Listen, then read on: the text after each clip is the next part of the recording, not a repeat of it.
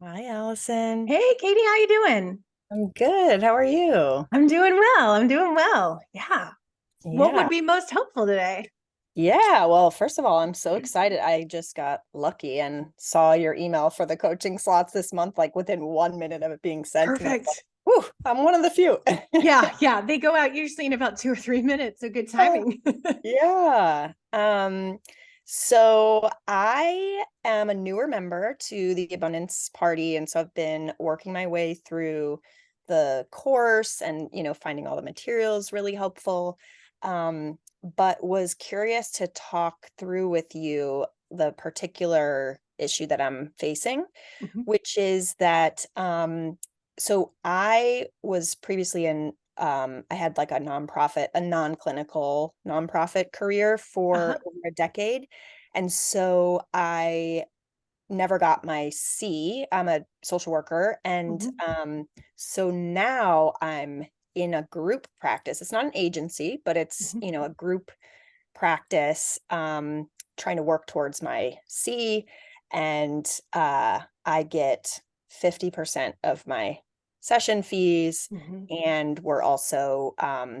we take a couple of insurances. So there's not necessarily a way for me to like say that I'm only, taking private pay clients because we do like as a group practice, we do take a couple of insurances. Uh-huh. Um, so the particular thing that I'm kind of struggling with right now is I would love to take on coaching clients in addition to therapy clients as a way to just like increase income. Like I'm 6 months in, so it's gonna be about a year and a half before I get my C and Uh-huh.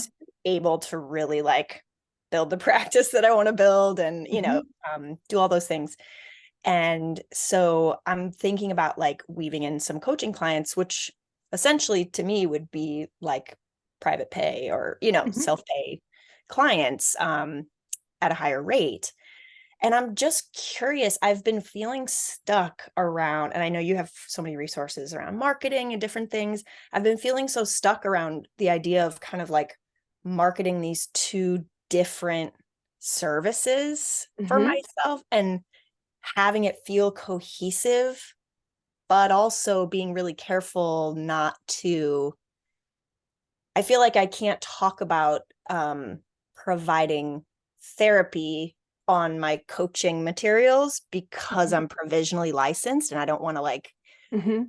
get in any entanglements around like how I'm representing myself. Like I can't say that I'm, like I can, see you as a therapist or as a coach because I feel like I have to kind of keep it Yeah. cordoned off.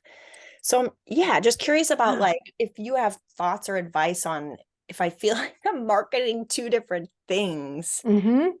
how to not feel like I'm like they are totally separate. Because I feel like in essence, like the service itself is so similar. It's similar, and you need to be able to describe and distinguish them so that your provisional license and future license doesn't get pissed at you. Yeah. Um, so you're wanting to do this like the coaching separately, not with the group practice, right? Yes, Okay. exactly. And I have, talked with my clinical supervisor who says that that's okay because I also Mhm. wanted to be careful there and not, Mhm. rub anyone the wrong way. So yeah, these would be totally like my own income, setting Mhm. my own rate and contracting or just doing all the things on my own versus under the group practice. Yeah, perfect. Okay. So what I would recommend like it's all the same thing marketing wise. Okay. I wouldn't mention counseling at all. Okay. Like you could say in your about me that like you went to graduate school for counseling. Hmm. But I don't think you need to get super deep with the fact that you're also a therapist. Okay. And I would think about who you want to serve as a coach that is different from who you serve as a therapist. Okay. Like, how are their needs different? Like, typically, depending on the kind of coach you want to be, they might not be diagnosable. Hmm. There are some exceptions to that. Like, if you're an executive functioning coach, your folks may have ADHD, but you are not treating the ADHD, you're treating the executive functioning. Yeah. So, have you thought through who your coaching niche would be? I have. So, and I feel like this is in some ways where it gets tricky, but I think actually what you just said could be helpful too. So I specialize in working with perinatal Uh-huh. clients. So parent, and there's like some subcategories under that, but that's the broad umbrella. And then the coaching client, this is like the tricky part. The coaching clients would also definitely be parents.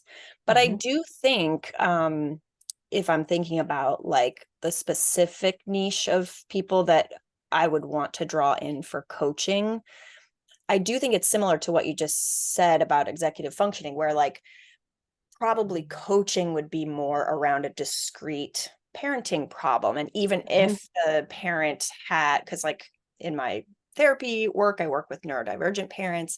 So even if the parent had some neurodivergence issues themselves that were like, getting in the way of parenting, I wouldn't necessarily plan to go as deep on that with a coaching client. Like Mhm. I would think of it as a more targeted kind of, you know, we're in a crisis, or we, are at our wits' end and we can't figure out how to make this particular season of life work in parenting. Uh-huh. Coaching being a way to address that without Yeah. necessarily going into all their, history and underlying issues. Yeah. I mean, I think about like that population, like there's neurodivergent parents parenting neurodivergent kids. Like that Yep. could be a niche. It Yep. could also be neurotypical parents coaching or parenting neurodivergent kids. Yeah, for sure. So there's a real coaching slant to it because it's essentially like psychoed. Hmm. It's like helping people understand more Yeah. the dynamics at play instead of like, yeah, and how did your mom treat you? You know, like Yeah. there's Yeah. it's a really different vibe. So the fact that it would be a separate business, the fact that like I would have your record keeping be different. Yeah. You don't have to follow all the rules of HIPAA and need like an EHR or anything like that. Hmm. But if you did decide to use an EHR for coaching, I would open up a completely separate account Yeah. from what you would use for your future practice. Yeah. Yeah. Um, but I think being really distinct about like the problem you're helping solve. Um, so let's talk through that a little bit more because there's such good juicy marketing stuff there. Yeah. And we can also talk through what you want the marketing strategies to be. Hmm. Um, and I'm thinking about how great this is because you have the freedom. I'm assuming your group practice is feeding you clients. You're not responsible for getting them yourself. Right. Yeah. Beautiful. So you get Yeah. to like have this income with the group practice and Hmm. build this other thing and see what marketing strategies feel really good to you Yeah. before like in the coaching without the high stakes of like I can't pay my rent. Yeah. And then later when and if you decide to open your own practice, you already know exactly what works for you. It's Yeah. just doing it anew.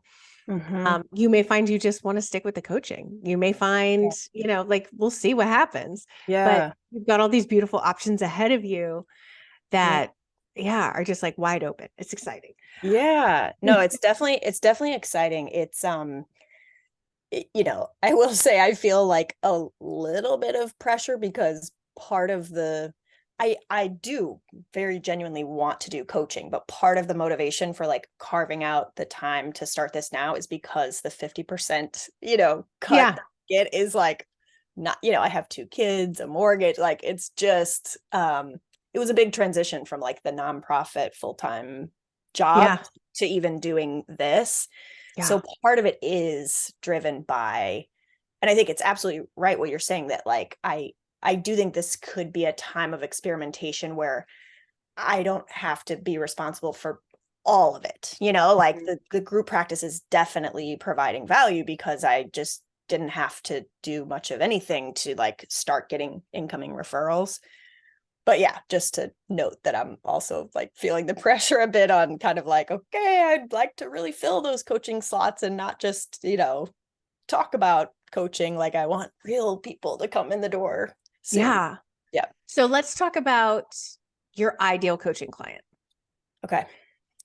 Um, so ideally, I would like to work with parents who are feeling overwhelmed, um, like their strategies are not working, like the strategies that other people are recommending are not working, um, and that they're not feeling the connection and joy that they envisioned, um, Mhm. with their children. They're just kind of stuck in this place of like, we're just managing behavior or we're managing meltdowns and we want to get unstuck. Yeah, amazing. Okay. And I think about like the perception of the benefit of coaching over counseling is that it's kind of like there's more the sense of accountability. Mhm. So it's something you may want to consider, you may not. In a coaching practice, you can do all sorts of things with like packaging that you cannot do with a counseling practice. Okay. Or that's frowned upon, I should say, in a counseling practice. Yeah. So like you could record some videos that they have access to as a part of the package. You could have like email check-ins for accountability, Mm, because part of the reason that the strategies they've learned aren't working is because they're not being implemented. yep. Like that's the case for pretty much all of us. Yeah. Is like the learning of a thing and the implementation of a thing. They're two totally different processes, and um, implementation is hard. Yeah. And Yeah. so, um, like you could even create just like an email that goes out every single Monday, Hmm. through like MailChimp or something for your Okay. active clients. That's Okay. like, what are 3 things in the past week that you really nailed? What Mm, are 3 things that you really struggled with that we need to talk about in our next appointment? yeah. And then they're just having it in mind, like in the middle of the week, maybe not associated with when their appointments are, Yeah. gives them this um sense of keeping it fresh, right? Like they're thinking about it in between sessions. I'll just at least one more time with Yeah. great intention in order to respond, in order to stay on top of it. Yeah. Um, excuse me. And I love that. if you're gonna have specific coaching days, then you can just make sure it's like opposite from those days, like somewhere in the middle. Yeah. And I would recommend having really specific counseling days versus coaching days just to keep your brain in check of like what you're doing there. Yeah. Because it's easy to slip into counseling role because you've been doing it longer. Hmm. Um, Yeah. I like that a lot. That intuitively makes sense. And I also, like the idea of, because I have played around with the thought of, should I do a course or something that's more like, I can record it once and then it can be sort of passive income. But I've struggled with the fact that like I basically don't have an audience yet to, mhm. buy that course or to just have Yeah, the kind of trust in me that I'm a resource that they would want to pay for. But I love the idea of incorporating maybe some of those, resources, videos, or, really any variety of like, kind of pre-written or pre-recorded resources that could be used with multiple coaching clients. Cause I think yeah, that's been an underlying concern for me too, is that like, am I going to stretch myself too thin if I'm like doing this bespoke thing for every single coaching client, mhm. and it's like takes more brain power because it's not just on autopilot like referrals from the group Yeah, practice. So I love the idea of like being able to use resources across coaching clients, even that like weekly, like when you first said a weekly email, I was like, oh yeah, that makes sense, like an individual email to each person. But even thinking like, here are prompts for my coaching clients writ large to yeah, consider, like that feels like it takes a little pressure off of me. absolutely. Yeah. And you could, I think what could be really helpful with this niche is scripts also. Mm, I'm thinking about we hired a sleep specialist when our second was born. Our first stopped sleeping, and so mm, I had maternity leave. My husband didn't have paternity leave, and so I was like literally up 8 times a night between the two of them. And so we hired this sleep specialist, and she had it set up, and I wanted to talk to her about it, but never did because I've got to not get in people's businesses who aren't asking for my help. Um, but she had it set up where you could call anytime. So like I could call her at 9 p.m. and be like, here's what's happening. And I don't know what to say or do. And I'm so tired. And she Yeah. would give me the words, but Mm, like you could have the words easily accessible, like in an email that they got. It doesn't even have to be like in a portal, mhm. like you could literally just have like a master email that has the videos or has the words. And the script could be like, the very common things that happen when a kid is having a tantrum and how you can like what to say in your own head to self-regulate and then what to say to your kid. Um, so I that love could be really helpful. It feels very coachy versus therapist-y, in a way that brings a lot of value to your clients. Yeah, I love that. Yeah, and just thinking through like, you know, in terms of my ideal client, I do think that there's something about like tantrums or meltdowns that I feel like is just going to be very present in the coaching, because I think Mhm. that's the point at which many parents, myself included, by the way, which is like why I'm Yeah. passionate about this area, Right. many parents are like, you know, what is happening and why Yeah. can't I cope with this? Like, I feel like I want to run or, like Hmm. burst down in anger, to like do all the dysregulated things that our kid is like currently acting out. And I think it just can be almost this breaking point for parents where they're like, Yeah. something's not working here, or, Yeah. I need somebody to help me walk through this.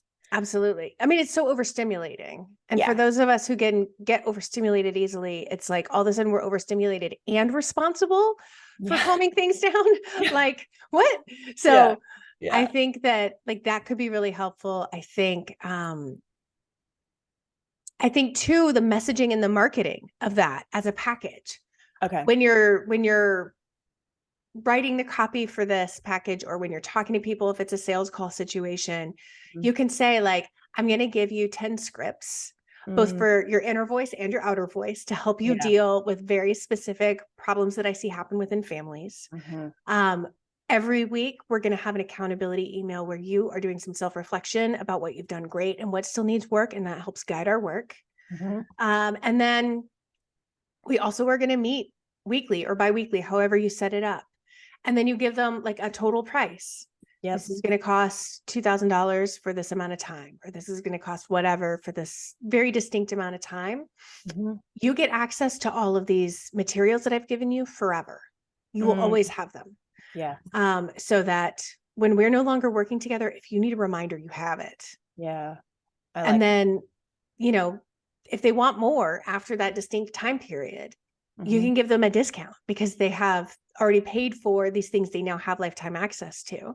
So you can Mm, give them a discount that's still equal to what your fee would be mhm. every single month, but you can tack a little bit more on for that very first booking or that first package because Mhm. they're getting these extras. Mm, okay.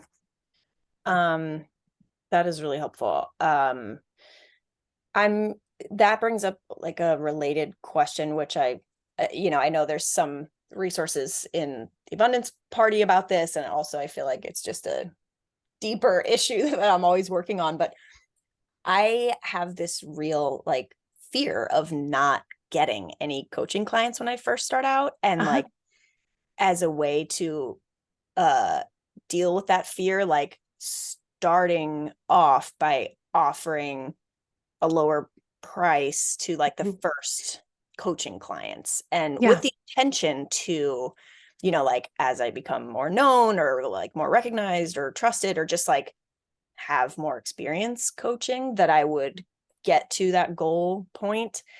But I wondered if you have thoughts on that, and if that's like, you know, common to start at a slightly lower price point in order to really close people and Mhm. get the coaching clientele on board, and then like not raise their package price, but like for future clients raise it to where I really want to be.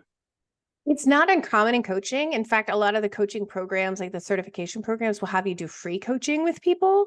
Mm, But I also think you're already a therapist, like you've already done a lot of education and training yeah. that you're not, like a 21-year-old who wants to do some good in the world. Yeah. You're an aged 21-year-old who has some life experience, Yeah. some education and training that was very expensive. Yeah. So I think you can price it lower, but I don't think you need to.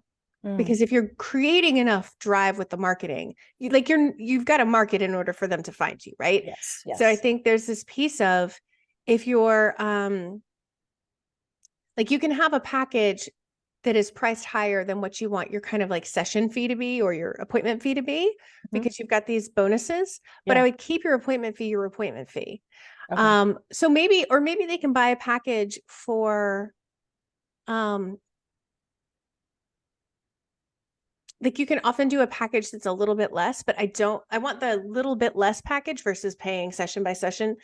I would want the little bit less package to be the baseline for Mm. you to elevate your prices session to session. So like, if it's a 5 session package, I'm going to use easy numbers for me. If it's a 5 session package at $200 a pop, that's $1,000. Is that right? Yeah. Yeah. Um, so if it's a 5 session package at $200 a pop, that's $1,000. Or they can pay individually for each appointment at $225. Mm. Yeah. Okay. Yeah. I like that.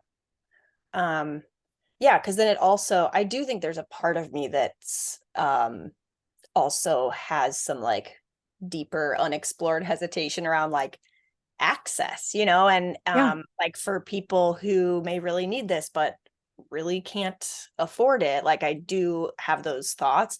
But even you like laying out two different options, and I'm sure like as I get further down the road I could think about like payment plans or other things that would make things workable. But even like having multiple options, I feel like as a client coming in, I would be Yeah. like, happy to see that like I can choose, which works for me. Like maybe right now all I can do is 2 sessions, and that's what I do. But like knowing that there's these other options Yeah. available, yeah, no, that's a helpful perspective.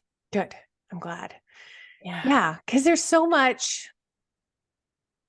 just so much good that you can do. And your marketing can also be providing access, Mm. right? Like, if you were to do social media, for instance, which I'm not Yeah. saying you have to, it's easier, it's helpful to do social media with coaching more so than therapy. I'd say more so than therapy. I'll just say that. Yeah. Um, if you were to do that, that's a lot of free content that you are creating every single week for people who will never pay you. Mm-hmm. So like, when you get into like, I'd really like to provide something accessible, you can be like, I am. Yeah, I that's am true. putting like hours of my life into creating something accessible all the time. Mm-hmm. So Yeah, that's very true. Yeah, and that actually helps me too, because I was thinking about like, do I need to create some free resources, or, like downloads or documents, or just like something mhm. to kind of help people through the door, or help them to, get on an email list or something. Which I still, like there may be a time for that, but I wasn't really thinking about social media as resources, Mhm. and it's funny you say that, because I actually have a therapist colleague who does therapy and coaching. But their social media is like just very accessible and like practical, and like little short things that you can implement right now that can help Yes. if you're like in an elevated state. And I've been thinking of them as like an example of, if I do have the accounts, but I just am like kind of overwhelmed by like getting started and Yeah. creating the content. But I actually think thinking of it as resources, as like part of the value that I'm providing, Mhm. that slightly different view helps me be more engaged with that, because I think I really do have this kind of like, oh, social media, like I'm dragging my feet because I Yeah. don't always like being in that space. Yeah. And I Yeah. think like post and ghost, like if you don't like being in the social media space, like there are all these things where you can like all these people's things and comment on everybody's things.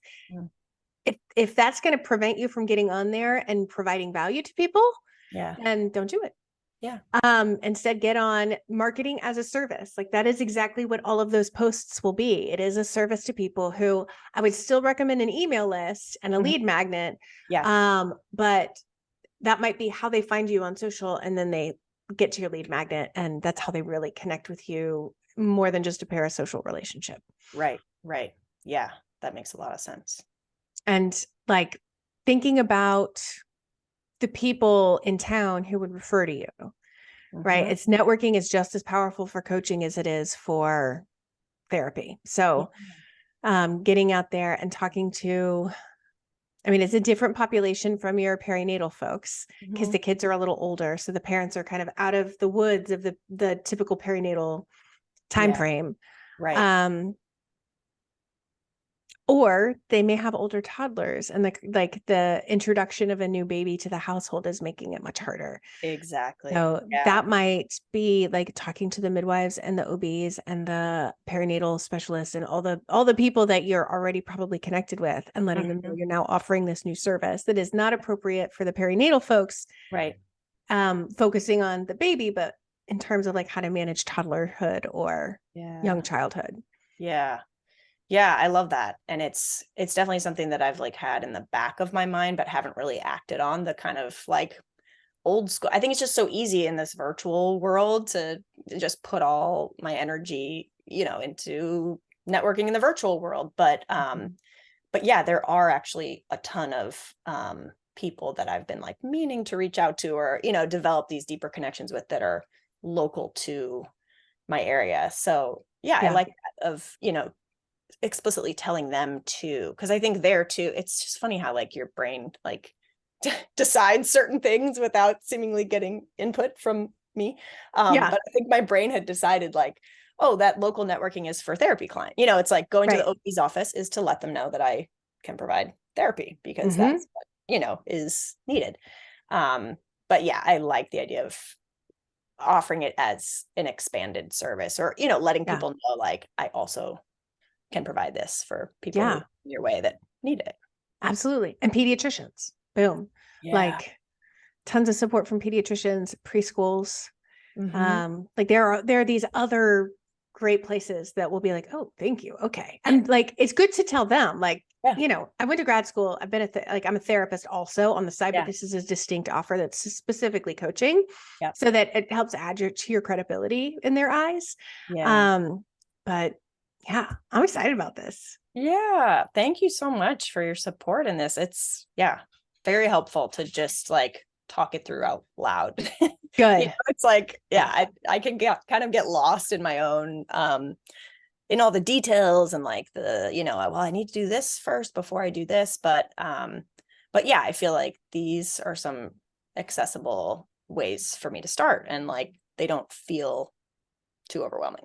Yeah. Yeah. And if it's helpful, like, I don't know if you've looked into Party Plus, but I can send you the info on it. Like, this is a lot of what we do. There's a lot of individual and group. So Yeah. I can Yeah. I Yeah. can just email you a link to that so you can check it Sure. out. Okay. Awesome. Yeah. Yeah. Yay. Good. Well, thank you so much, Allison. Sure. Really Absolutely. appreciate your time. Absolutely. And I'm excited for you. This is going to open up a lot and it's going to be really helpful to people. Yeah. Thank you so much. Yeah. All All right. right. Take You care. too. Bye. Bye.